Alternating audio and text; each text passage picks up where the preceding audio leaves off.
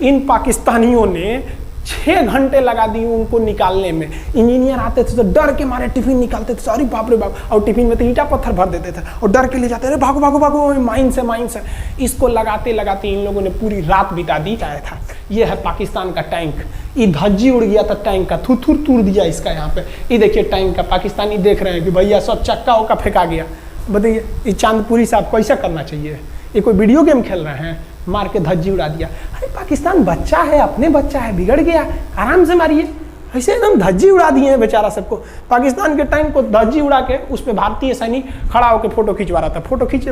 उस समय सेल्फी नहीं था ना, तो आगे से फोटो खींचना, फोटो खींचे। यहाँ पे आने वाली पीढ़ियों को ये प्रेरणा। जय हिंद। सबसे पहले एक वार्निंग भैया, पाकिस्तान के लोग इस वीडियो को न देखें तो ही अच्छा है, क्योंकि इस वीडियो में हम बताएंगे कि कैसे हमारे भारत के वीर सिपाहियों ने 2 सैनिकों ने मिलकर पाकिस्तान के 93,000 फौजियों को घुटने टेका दिया था और दुनिया का सबसे बड़ा हार हुआ था और भारत के 2 सैनिक मारे गए थे लोंगेवाला में।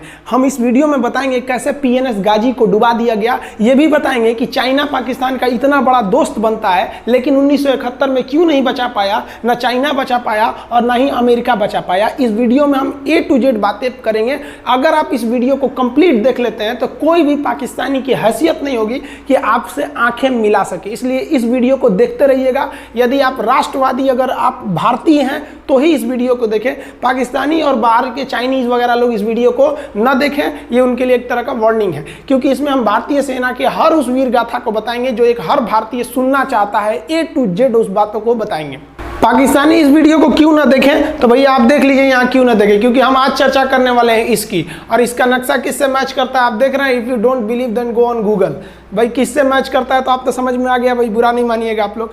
ध्यान से समझिए, जब भारत पाकिस्तान का विभाजन हुआ तो उसी समय पाकिस्तान 2 भाग में था। एक इधर वाला जो एरिया है इसे हम लोग कहते थे पश्चिमी पाकिस्तान, जो मेन पाकिस्तान का एरिया है। और ये जो आज आप बांग्लादेश देख रहे हैं, ये बांग्लादेश नहीं था, बल्कि ये उस वक्त पूर्वी पाकिस्तान था। पूर्वी पाकिस्तान के लोग बंगाली भाषा को बोलते थे। पाकिस्तान के लोग इन लोगों को बड़ा भद्दे मजाक करके बोलते थे, कहते तुम लोग गधे हो, कुछ नहीं जानते हो, किसी काम लायक नहीं हो, यूजलेस हो लोग, तुम लोग छोटे हो, काले हो, मतलब उल्टा सीधा मजाक कर रहे थे। पश्चिमी पाकिस्तान के लोग इधर के लोगों को पसंद नहीं करते थे। हो गया नहले पे दाला 1970 में। 1970 में इस पूर्वी पाकिस्तान के शेख मुजीबुर रहमान चुनाव जीत गए और वो यहाँ के प्रधानमंत्री के पद के चुनाव जीत गए। अब यहाँ की आर्मी ने क्या किया, उनको शपथ ही नहीं दिला रहे थे। इसलिए 70 के चुनाव जीतने के बाद शेख मुजीबुर रहमान जब देखे कि ऐसा है, तो उन्होंने अपना भाषण दिया 7 मार्च को और कहा कि अब हम इस पूर्वी पाकिस्तान को एक अलग देश बनाएंगे जिसका नाम रहेगा बांग्लादेश। इस भाषण की वजह से आर्मी ने, पाकिस्तान की आर्मी ने 25 मार्च 1971 को गिरफ्तार करके अब पश्चिमी पाकिस्तान में अरेस्ट करके बंदी बनाकर रख दिया और यहाँ पर जुल्म करना चालू कर दिया। कहाँ पर भाई, तो पूर्वी बंगाल में, पूर्वी पाकिस्तान में, पूर्वी बंगाल में नहीं, पूर्वी पाकिस्तान में इन्होंने जुल्म करना चालू कर दिया। शेख मुजीबुर रहमान के गिरफ्तारी के विरोध में यहाँ मुक्ति वाहिनी नाम कर एक विद्रोही गुट तैयार हो गया था, लेकिन पाकिस्तान के, पश्चिमी पाकिस्तान के लोगों ने इस पूर्वी पाकिस्तान पे इतना भयानक जुल्म किया कि इस पूर्वी पाकिस्तान में इस पश्चिमी पाकिस्तान के लोगों ने यहाँ पर 30 लाख लोगों को कटवा दिया। 30 लाख लोगों को कटवा दिया। 4 लाख महिलाओं का बलात्कार कर दिया।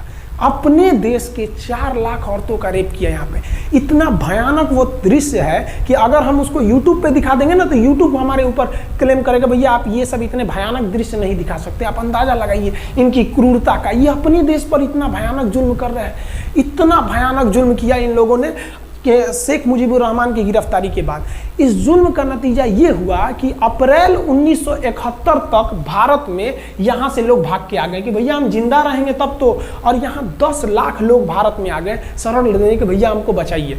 तो इंदिरा गांधी जानती थी कि जब तक यहाँ शांति नहीं होगा तब तक ये लोग वापस नहीं जा सकते थे, और शांति का एक ही था कि यहाँ पे घुस के इनको मारा जाए ताकि ये पश्चिमी पाकिस्तान वाले लोग यहाँ पर सुधर सके। तो इंदिरा गांधी ने इसके लिए बात की जनरल फील्ड मार्शल मानेकशॉ से। उन्होंने सेना प्रमुख मानेकशॉ से कहा, सैम मानेकशॉ से, कि आप अभी युद्ध कीजिए, हम आदेश देते हैं आप अभी युद्ध कीजिए बांग्लादेश पे, हम अपने पड़ोसियों को इस तरह मरते नहीं छोड़ेंगे, आप इस पे हमला कीजिए। उस समय ये पूर्वी पाकिस्तान था। मानेकशॉ ने कहा कि ना हम हमला नहीं करेंगे। कही अरे क्यों? कि आप महीना देख रही हैं, अप्रैल का महीना है। अप्रैल के महीने का मतलब बरसात का दिन सर पे है, और बरसात के समय पूरब का हाल क्या होता है, एकदम भयानक बाढ़ आ जाती है। और उन्होंने एग्जाम्पल भी दिया कि सिकंदर की फौज भी हाथी लेके आई थी और कीचड़ में फंस गई थी, कि अगर यहाँ हम लड़ जाते हैं तो यहाँ बरसात रहेगा, हम यहाँ उलझ जाएंगे, ये एरिया सूखा रहेगा, चाइना का ऊपर से एरिया सूखा रहेगा, ये हमला कर देंगे, हमको 3 ओर से लड़ाई लड़ना पड़ेगा। मानेकशॉ ने इंदिरा गांधी से कहा कि आप 2-3 काम कर लीजिए। कब तक के लिए?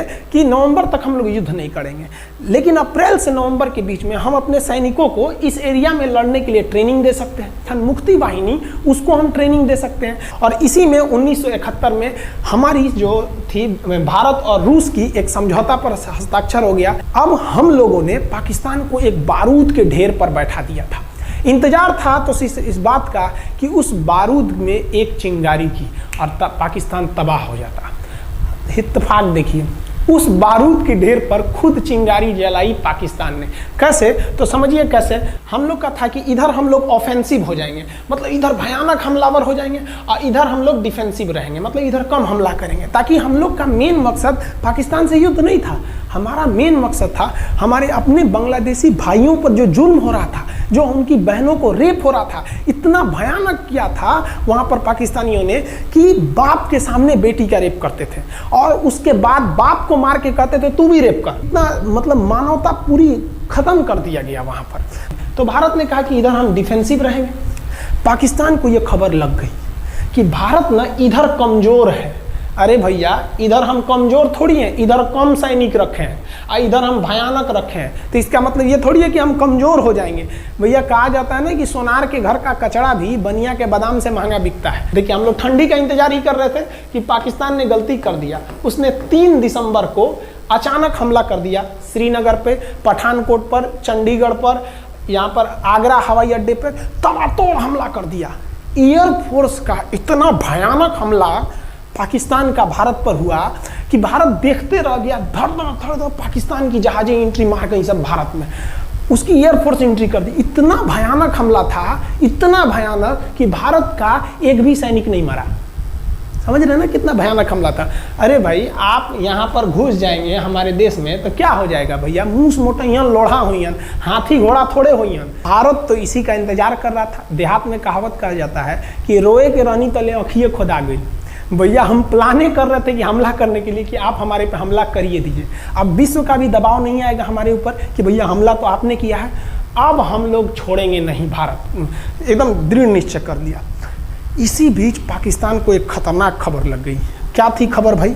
तो देखिए, पाकिस्तान को खबर लगी कि भारत की ज़्यादातर फौज इस पूर्वी पाकिस्तान की ओर डिप्लॉयड है, और यहाँ राजस्थान के जैसलमेर जिला में एक जगह है लोंगेवाला।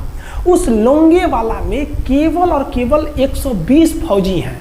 और अगर पाकिस्तान ने सोचा कि 120 फौजियों को हम रातों रात मार देते हैं तो उस समय एयरफोर्स रात में लड़ाई नहीं कर सकती थी, इसलिए इन्होंने लोंगेवाला में एंट्री मार दी। पूरी भयानक टैंक लेकर, फौज लेकर, इन्फेंट्री लेकर, और उसको वो लोग लोंगेवाला में घुसने के लिए चल दिए।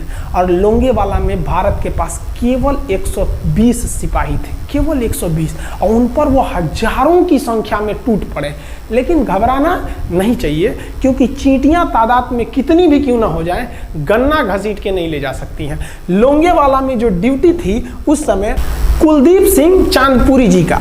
कुलदीप सिंह चांदपुरी सरदार हैं, आप देखे होंगे बॉर्डर मूवी में इनका रोल सनी देओल ने किया है। अब ये कुलदीप सिंह, ये भैया पंजाबी सिख, अब ये लोग 1.25 लाख से नीचे कुछ सोचते ही नहीं है। चिड़िया नू में बाज लड़ावा, गिदड़ नू में शेर बनावा, और 1.25 लाख नू एक लड़ावा, तब गोविंद सिंह नाम रखावा। खबर आया कि आपसे जो लड़ने आ रहे हैं ना पाकिस्तान की ओर से, वो ब्रिगेडियर तारिक मीर आ रहा है। उसके पास टैंक है, 2800 फौज है, बहुत ही तेज रफ्तार से आ रहा है।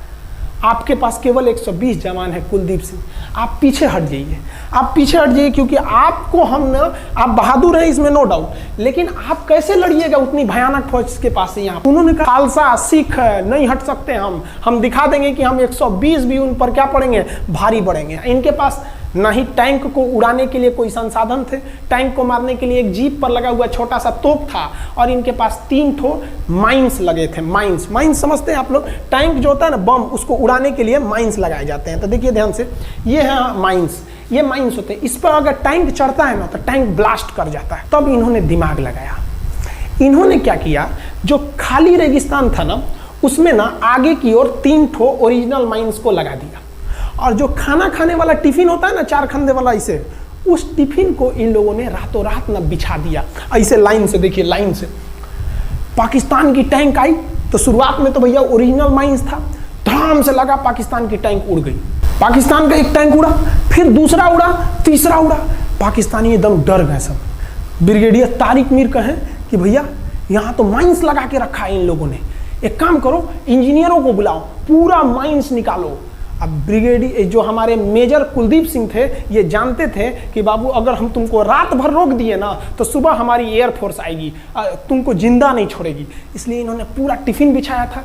3 बज गया, 3 बजे इनको पूरा सन्नाटा दिखा कि भैया ये तो टिफिन है, ये रेगिस्तान में ये तो टिफिन है।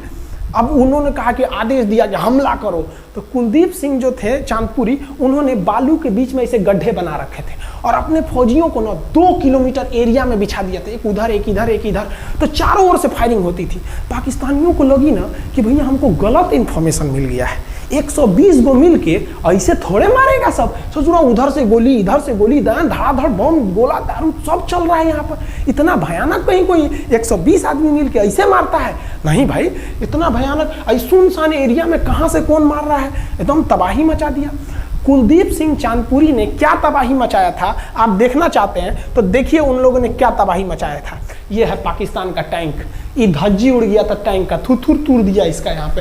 ये देखिए टैंक का, पाकिस्तानी देख रहे हैं कि भैया सब चक्का उक्का फेंका गया। बताइए ये चांदपुरी साहब कैसा करना चाहिए?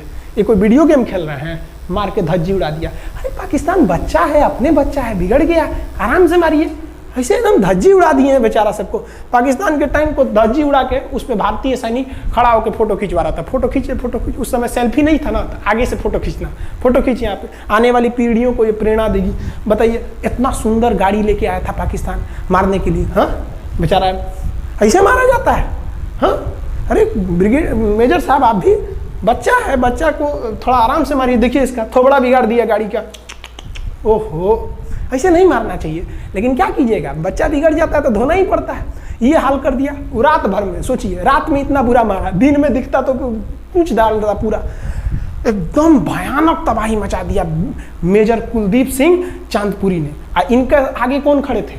ब्रिगेडियर पाकिस्तान के ब्रिगेडियर साहब। ब्रिगेडियर साहब को कहने लगी भैया ये तो बहुत बुरा मार रहा है सब। तब तक हो गया सुबह, और सुबह के वक्त हमारे जो हंटर जहाज थे, उस समय जो जहाजें थी वो हंटर जहाज थी। ये हंटर जहाजें रात में नहीं उड़ सकती थी, लेकिन दिन में उड़ सकती थी। रात भर तक कुलदीप सिंह चांदपुरी ने ऐसा कूचा पाकिस्तानियों को, इतना कूच दिया कि भोर हुआ तो बाकी का कसर पूरा कर दिया हमारे हंटर विमानों ने। ये हंटर विमान जब आए सब तो इतना भयानक तबाही मचाए सब पाकिस्तान के जहाज़ों का कि आप हुलिया देखेंगे ना, पाकिस्तान के टैंक का ऐसे पड़ गया। ये सब टैंक पूरा तबाह हो गया, सब पूरी तरह ध्वस्त हो गया इतनी भयानक युद्ध में।